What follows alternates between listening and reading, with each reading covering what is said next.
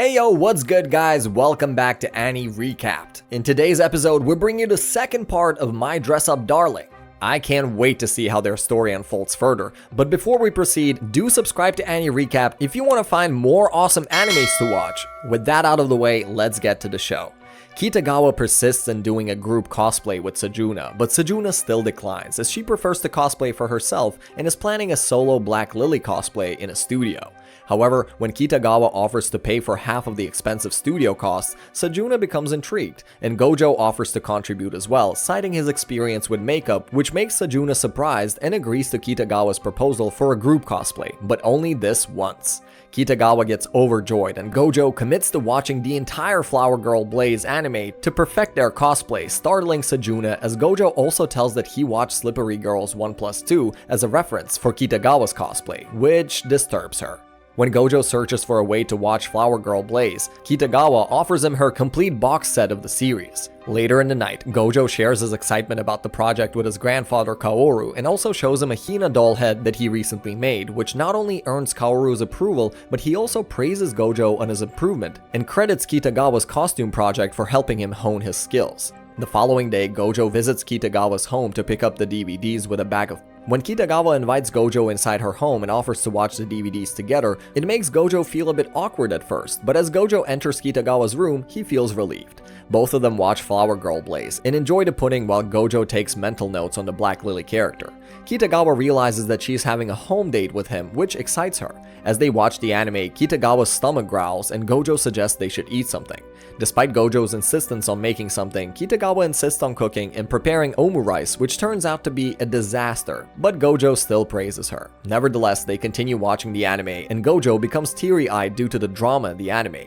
Later on, Gojo contacts Sejuna to get her opinion on the reference sketch he made for the cosplay costume that impresses her because of the level of detail he put into it and offers to pay for the costs, but Gojo declines as the project is still in the early stages. As they talk, Gojo demonstrates how she uses tape to adjust it. During their conversation, Gojo reveals that the costume he made for Kitagawa was his first, which astounds Sejuna, especially considering the quality of the dress, but as the photos were taken with a smartphone camera, she understands it. Sejuna offers to let Gojo use her camera, which her sister Shinju operates, and uses Photoshop to touch up pictures. Gojo asks if Shinju can teach him how to use a camera, and Sejuna agrees, and they decide to meet at a family restaurant. Kitagawa also decides to come along as she thinks about Shinju's appearance, but they get surprised to find that Shinju is not only taller than Sejuna, but she also doesn't look like a middle school student. As Shinju shows Kitagawa the pictures of Sejuna's cosplays, Kitagawa praises them and Sejuna explains that it was her sister, Shinju, who created her account and took her cosplay photos. Shinju further reveals that as she couldn't reply to any of the messages on her account due to her anxiety, she decided to ignore them, but Sejuna mentions that she cosplays mainly for her interests and not for the sake of others, while Shinju argues that she should reply them as she has a large fan base now. Kitagawa then asks Shinju if she likes Juju-sama, and Shinju happily confirms that she does, which makes Sejuna blush and Kitagawa teases her. During their conversation, Shinju reveals that they use their father's DSLR camera for their cosplay photography and shares her knowledge about the camera's functions, explaining the differences between smartphone cameras and regular cameras. Kitagawa asks Shinju if she would like to cosplay just like her sister, but she hesitantly declines, which is observed by Gojo. As the group talks, Gojo looks up the cost of a DSLR camera and gets shocked to see the high prices. Sejuna invites them to join her and Shinju to scout out studios to rent for their cosplays, and they agree to meet on the weekend. The first studio they plan to visit turns out to be an old hospital converted into a photo studio, which makes Sejuna appear nervous about the place. As Kitagawa and Shinju scout the studio, Sejuna stays at the entrance, but as Gojo tries to ask her, Sejuna dismisses Gojo's assumption and enters the hospital. The group discusses how they will work with the darkness in the area, and Shinju gives Kitagawa some lighting tips. Soon it starts to rain outside. Gojo asks Sejuna about her dreams, who is still scared, and Sejuna reveals that she has always wanted to become a magical girl, but she knows that it's just a delusion. However, she still hopes to have her dream realized one way or another. Gojo then asks Sejuna why she chose him to create her cosplay outfit, and Sejuna explains that as she saw Kitagawa's photos of her cosplay, she got jealous, and that her desire for a costume made by him was love at first sight. Gojo becomes emotional and remembers a memory and thanks Sejuna by holding her hand for helping him realize the reason for his grandfather's happiness in the past. This causes Sejuna to faint as she never had a man hold her hands before. A few days after the exams, Kitagawa invites Gojo to go to the beach, where both of them enjoy their time. Gojo gives Kitagawa some French fries, but a hawk snatches her burger, so they decide to share Gojo's hamburger. After their meal, Kitagawa dips her feet in the water and convinces Gojo to do the same, who reveals that it is his first time at the beach, as he had never had the chance to go anywhere because of his interest in Hina dolls. Kitagawa promises to take him to many other places, which makes her feel embarrassed for suggesting they would go alone. Back at their spot, Kitagawa takes a picture of Gojo, who soon falls into the ocean and gets covered in seaweed.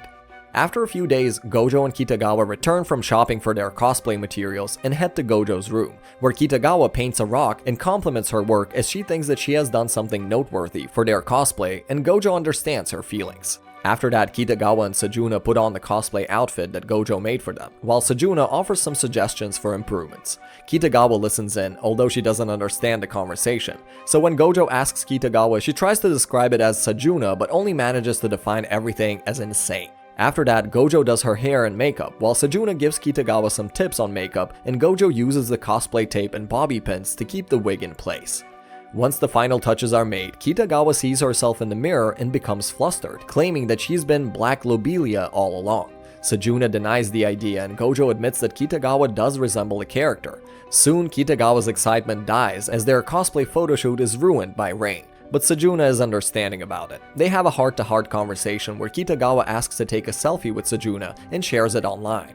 Meanwhile, Gojo arrives with Shinju, surprising both Kitagawa and Sejuna with her sudden appearance. In a flashback, Gojo talks with Shinju about cosplaying and asks her if she would like to cosplay. Shinju confesses that she would love to, but feels self-conscious about her body and her sister's disapproval. Shinju also mentions a character from Flower Girl's Blaze who she wants to cosplay but doesn't think she can pull it off due to her body type and financial constraints.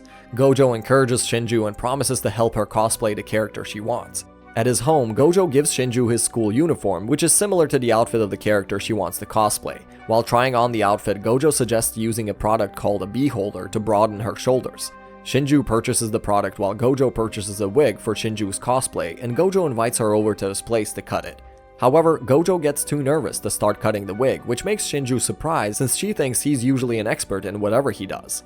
Gojo denies his expertise and claims that all of us are facing some kind of difficulty and tells her about a classmate with whom he feels the same way.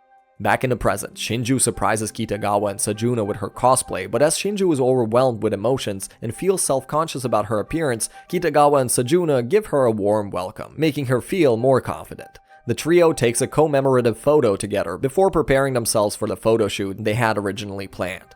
During the photo shoot, they all have a great time and enjoy each other's company. Kitagawa takes a lot of pictures, and they all get happy with the results. Shinju and Kitagawa continue to take pictures of Sejuna, while Gojo gets lost in thought by seeing the three of them enjoying their time. Afterward, Shinju suggests taking some co-op photos with Sejuna and Kitagawa, which are slayed by Kitagawa at first, but she smiles as she compliments Sejuna's outfit. Sejuna thinks about that even though they're still in the abandoned hospital, she doesn't feel scared and smiles as she enjoys her time with them. Later, Sejuna thanks Gojo for creating Shinji's cosplay and offers to pay for Shinju's cosplay expenses. Gojo refuses to take the payment, but Sejuna insists and acknowledges her ignorance of Shinju's passion for cosplay. But Gojo claims that as it takes a lot of courage to share one's passion, it isn't anyone's fault, which leaves Sejuna impressed and grateful. In the night, Sejuna and Shinju spend some time reviewing the photos they had taken earlier in the day and have a heart-to-heart conversation about Sejuna's insecurities and envy towards Shinju. That makes Shinju understand what Gojo once said and decides to start cosplaying herself once she enters high school. Sejuna expresses her preference for doing things with just Shinju, while Shinju is grateful for the experience with Gojo and Kitagawa. Sejuna also suggests that she would be willing to cosplay again with Gojo and Kitagawa if she feels like it. Meanwhile, Kitagawa contacts Gojo to review the photos and compliments Gojo's makeup skills, which made Shinju look more masculine. Gojo tells that Shinju visited his house to prepare for the cosplay, upsetting Kitagawa, but Gojo clarifies the misunderstanding and tells her that he simply helped to set up the cosplay for Shinju. Despite being upset, Kitagawa reassures him that everything is okay. After some days, Gojo admires the new cosplay costume that he made for Kitagawa of Veronica, a character with a dark skin tone. As Gojo contemplates the complexity of the cosplay costumes that he made for Kitagawa, Kitagawa arrives with a dark tan, which she achieved through the use of foundation. as Kitagawa shows Gojo the makeup and fake accessories she'll use for the cosplay, but claims that she couldn't find fake teeth for the costume, which Gojo suggests using fake nails as a substitute. As Kitagawa tries on the teeth, Gojo becomes flustered and blushes, which Kitagawa mistakes as a symptom of a heart stroke and bumps her head while trying to get water for Gojo, creating a bruise that complicates her trying on the wig for the cosplay. The duo decides to go on a shopping day as Kitagawa makes Gojo try on different outfits.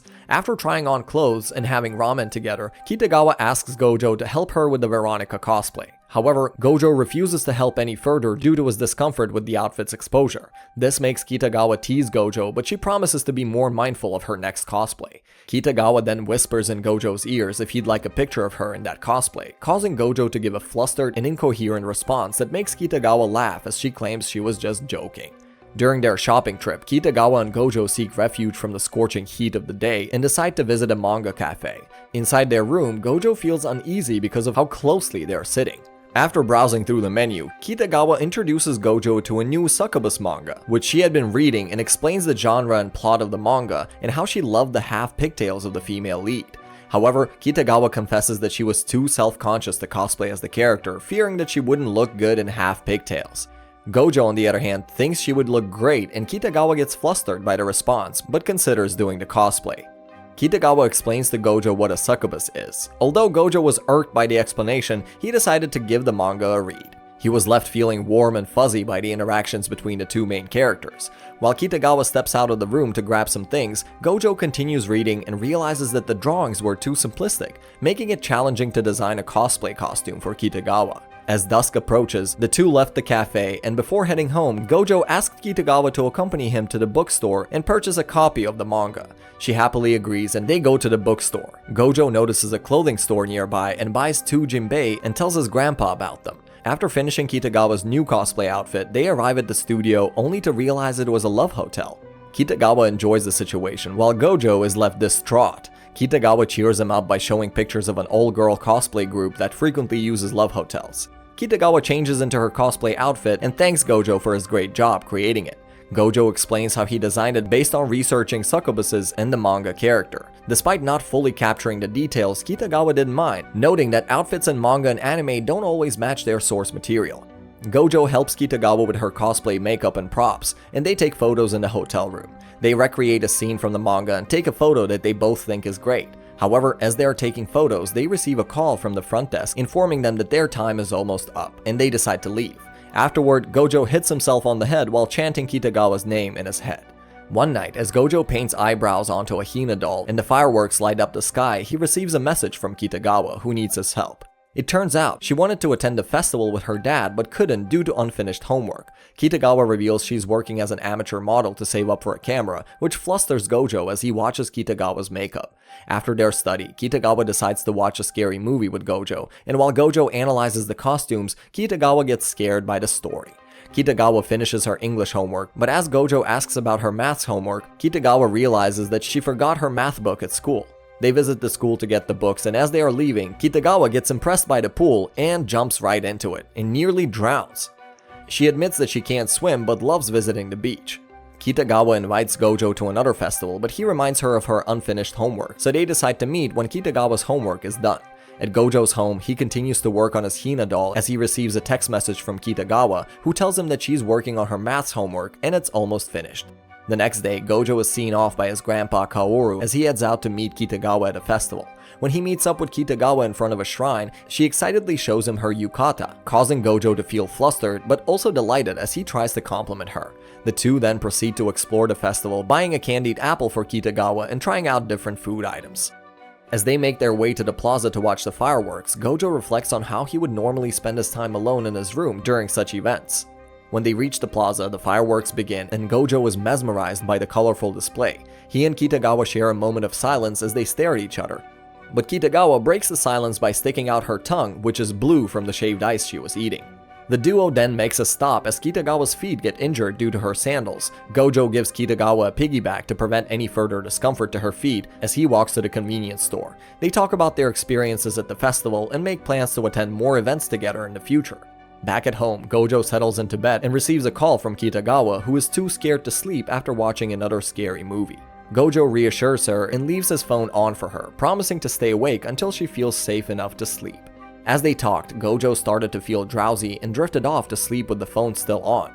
In the quiet of the night, Kitagawa finally finds the courage to confess her love for Gojo, her heart pounding as she speaks the words. She listens to his peaceful breathing on the other end of the phone and smiles, feeling a sense of warmth and contentment washing her over. And that's all for today. This was the most awaited second part of My Dress Up Darling, hoping to get its second season soon. What do you guys think will happen next? Do let us know in the comments, and thank you so much for staying till the end. Make sure to like and subscribe to Annie Recapped for more amazing content like this. And we'll see you in the next one. Peace!